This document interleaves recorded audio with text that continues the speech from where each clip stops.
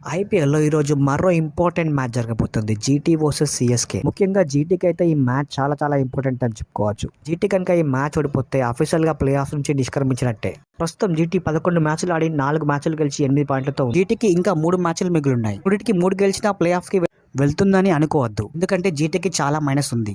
ఈ మ్యాచ్ జీటీకి ఎంత ఇంపార్టెంటో ఆర్సీబీ వాళ్ళకు కూడా అంత ఇంపార్టెంట్. ఎందుకంటే సీఎస్కే కనుక మ్యాచ్ గెలిస్తే ఇంకా ఆర్సీబీకి దాదాపుగా అవకాశాలు లేనట్టే.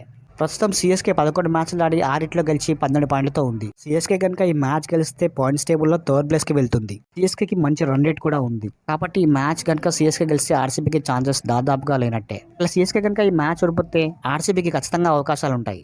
వీళ్ళు నెక్స్ట్ మ్యాచ్ లో సీఎస్కే గెలిచినా కూడా సీఎస్కేకి లాస్ట్ మ్యాచ్ ఆర్సీబీతోనే ఉంది. ఇంకా ఆర్సీబీ డీసీని కనుక ఓడగొడితే ఇంకా సీఎస్కేతో అమితొమ్మి తేల్చుకోవాల్సిన మ్యాచ్ అవుతుంది.